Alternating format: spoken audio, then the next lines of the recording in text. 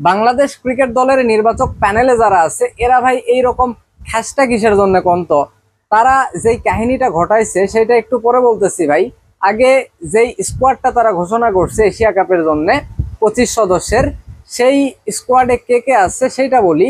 দেখেন এইখানটাতে আছে লিটন দাস, তারপরে আছে তানজিদ হাসান তামিম, তারপরে আছে নাইম শেখ, তারপরে সৌম্য সরকার, তারপরে পারভেজ হোসেন ইমন, তারপরে আছে আপনার তাওহিদ হৃদয়, এইখানটাতে আছে জাকের আলী অনিক, মেহেদি হাসান মিরাজ, তারপরে শামীম পাটোয়ারি, তারপরে আছে আপনার নাজমুল হোসেন শান্ত, রিশাদ হোসেন, মাহেদি হাসান, তানজিম হাসান সাকিব, এখানে আছে নাসুম আহমেদ, তারপরে হাসান মাহমুদ, তানজিম হাসান সাকিব, তাসকিন আহমেদ, মোহাম্মদ সাইফুদ্দিন, তারপরে আপনার নাহিদ রানা, এখানটাতে আছে মুস্তাফিজুর রহমান, শরীফুল ইসলাম, সৈয়দ খালেদ আহমেদ, নুরুল হাসান সোহান, মাহিদুল ইসলাম অঙ্কন, তারপরে আছে সাইফ হাসান। এই যে 25 জন, এইখানে নতুন ভাবে কে ঢুকছে?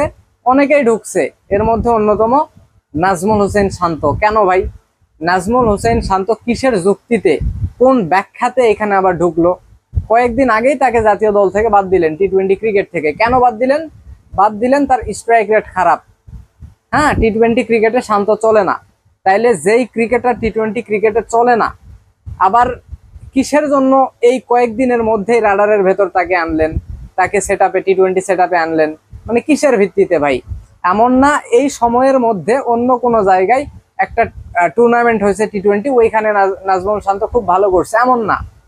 আপনি বাদ দিলেন কয়েকদিন আগেই, টি-20 ক্রিকেটে শান্ত চলে না জন্যে, আবার হুট করে কোনো কারণ ছাড়াই আপনি আবার তাকে রাডারের মধ্যে নিয়ে আসলেন। কেন ভাই? কেন? কিসের জন্য? কিসের ভিত্তিতে? আসলে এর কোনো লজিক আছে? কোনো লজিক আপনারা দেখাইতে পারবেন? তারপরে দেখেন এখানে আনা হয়েছে কাকে? নাহিদ রানাকে।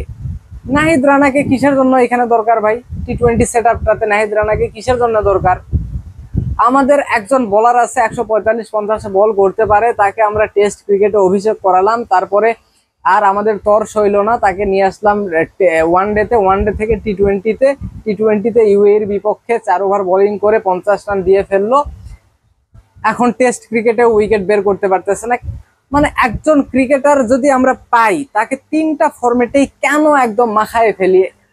এই লজিক আমি বুঝি না ভাই, এই লজিক বুঝি না। টেস্ট ক্রিকেটেই সে আগে খেলতে থাকুক, ওইখানে ভালো করুক, ফিটনেস তার বাড়ুক, হ্যাঁ, তার একটু বোলিং এ ভেরিয়েশন আসুক, টেকনিক্যালি কাজ করুক, তারপরে আপনি এইদিকে নিয়ে আসেন না। দুইটা বিপিএল খেলছে, ওইখানে মানে কোনো কিচ্ছুই করতে পারেনি, তাকে টেস্ট ক্রিকেটে আনছেন। মানছি ভাই, টেস্ট ক্রিকেটে ব্যাটসম্যানরা একটু শান্তভাবে খেলে, সমস্যা নাই, ওভারে 2-1 বল ভালো করলে উইকেট বের হয়ে আসতে পারে, খেলান টেস্টে। আপনি তাকে হুদাই ওয়ানডেতে টি-20তে সব জায়গায় নিয়ে চলে আসলেন। হ্যাঁ, এখন বেচারা টেস্টে উইকেট তুলতে পারতেছে না।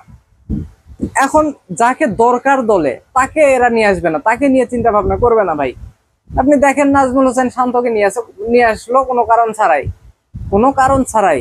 অথচ সাব্বির রহমান আপনার টি10 ক্রিকেটে বিপিএল এ ভালো করলো, হ্যাঁ, মানে ফর্মে ফিরবে এইরকম একটা ভাবসাব দেখাইলো, তাকে নিয়ে আপনারা কোনো চিন্তা ভাবনাই করতেছেন না। আমি বলতেছি না ভাই আপনি ডাইরেক্ট এই দলটাতে নিয়ে আসেন, আপনি এ দলে চিন্তা ভাবনা করতে পারতেন, এইচপি দলে চিন্তা ভাবনা করতে পারতেন, এইগুলো তো করেনি, তাকে নিয়ে কোনো চিন্তাই নাই আপনাদের। কিন্তু আপনি নাজমুল শান্তকে কোনো কারণ ছাড়াই দল, মানে কি নাজমুল, কি মধু আছে তার ভিতরে? তার ভিতরে কি মধু আছে ভাই? হ্যাঁ, আমাদের টপ অর্ডারে দেখেন বাম হাতি ব্যাটসম্যানের সরাসরি। এখানে দেখেন ওপেনার দুইটা, তানজিদ তামিম, সৌম্য সরকার, এই যে পারভেজ হোসেন ইমন, হ্যাঁ, মাঝখানে দুইটা ডানহাতি ব্যাটসম্যান লিটন, তাওহিদ হৃদয়, তারপরে আবার শামীম পাটোয়ারি, লাস্টের এদিকে সবগুলাই তো বাম হাতি। মোটামুটি 11 জনের মধ্যে আমাদের 7-8 জনই বামহাতি ব্যাটসম্যান। হ্যাঁ, এখন আমাদের টপ অর্ডারে যে এখানে এতগুলো বামহাতি ব্যাটসম্যান, তা এই দিক থেকে চিন্তা করলেও তো মানে নাজমুল শান্তকে বাদ দেওয়া যায় ভাই। এত বামহাতি ব্যাটসম্যানের দরকার নেই তো একটা দলে। মানে চিন্তা, মানে মন মেজাজটা কার খারাপ হয় না ভাই? মানে হুট করেই বাদ দেয়, হুট করেই নিয়ে আসে, কিসের জন্য আমি মানে বুঝি না। মানে কোনো লজিকের মধ্যেই পড়ে না ভাই, কোনো লজিকের মধ্যেই পড়ে না। তারপরে আপনার এইখানটাতে মানে আর কাকে নিয়ে আসছে? মেহেদি মিরাজ। মেহেদি মিরাজ দলেই ছিল, হ্যাঁ, দলেই ছিল ভাই। টি-20 ক্রিকেটে তাকে কেন বিবেচনা করা লাগবে ভাই? তাকে নিয়ে কেন চিন্তা ভাবনা করা লাগবে? এই যে একটা করে স্পট ধরে রাখছে এরা। হ্যাঁ, নাজমুল শান্ত, নাহিদ রানা, মেহেদী মিরাজ, বেশ কিছু ক্রিকেটার আছে, মানে হুদাই এখানে নিয়ে এসে রাখছেন, জায়গা মানে ভরায় রাখছেন। হ্যাঁ, তো এইগুলাকে সরিয়ে তো যারা পড়ে আছে, যাদেরকে আসলে আনা দরকার, টি-20 ক্রিকেটে যারা ভালো খেলে তাদেরকে আনতে পারেন ভাই, তাদেরকে আনতে পারেন। বাংলাদেশে কি আর কোনো ক্রিকেটারই নাই? এইগুলা ছাড়া আর কোনো ক্রিকেটারই নাই? আবু হায়দার রনি নাই? টি-20 ক্রিকেটে সে ভালো করে না, বোলিং অলরাউন্ডার ভাই। হ্যাঁ, বিপিএল এ আপনি তার তার হাইলাইটস দেখেন, তাকে নিয়ে চিন্তা ভাবনাই করবে না। মানে হয় কি, বাংলাদেশ ক্রিকেটে ধরেন একজন ক্রিকেটার একটা টুর্নামেন্টে ধরেন 10টা ম্যাচ খেলে আপনার ধরেন 500 রান করছে, স্ট্রাইক রেট 110 টি-20 ক্রিকেটে। আরেকজন ক্রিকেটার ধরেন 10টা ম্যাচে ধরেন 300 রান করছে বা 250 রান করছে, তার স্ট্রাইক রেট ধরেন 160-70। হ্যাঁ, ধরেন ছক্কা মারছে 10 ম্যাচে 18-20টা এইরকম। এখন এই নির্বাচক প্যানেলে যারা আছে তারা চিন্তা করবে ওই 110 স্ট্রাইক রেটে যে 500 রান করছে ওকে, যে 250 রান করলো 160-70 স্ট্রাইক রেটে ছক্কা মারলো এতগুলো, তাকে চিন্তা ভাবনা করবে না। কিন্তু এইটাই করা দরকার আসলে, অন্যান্য দেশ এইটাই করে, যাদের স্ট্রাইক রেট বেশি, হ্যাঁ, যারা ছক্কা মারতে জানে তাদেরকে টি-20 ক্রিকেটে টানে। কিন্তু বাংলাদেশ ক্রিকেটে এটা হয় না, এটা হয় না। হ্যাঁ, কিসের ভিত্তিতে আমাদের এই নির্বাচকরা মানে এখনো টিকে আছে, এটাও আমি বুঝি না। এদের মতো বাজে নির্বাচক আর কোথাও নাই ভাই, কোথাও নেই, কোথাও নেই। মানে এইরকম একটা বাজে অবস্থা বাংলাদেশের ক্রিকেটে। মেহেদী মিরাজ ভাই টি-20 প্লেয়ার, টি-20 প্লেয়ার। বিপিএল এ অনেকে বলবেন বিপিএল এ তো মেহেদী মিরাজ ভালো করছে।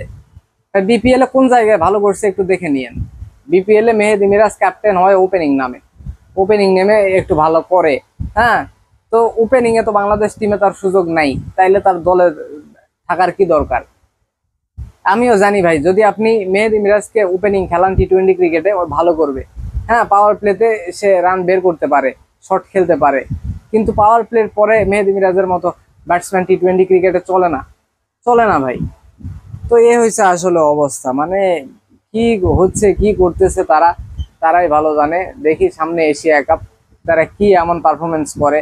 মানে বাংলাদেশ দল অল্পতেই খুশি হয়ে যায়। এই যে কয়েকদিন আগে কিছু ম্যাচ জিতলো টি-20 ক্রিকেটে, এইটার জোরে লাফালাফি করতেছে। টি-20 এশিয়া কাপে গিয়ে দেখবেন ফক্কা মারবে, ফক্কা, ফক্কা মারবে ভাই।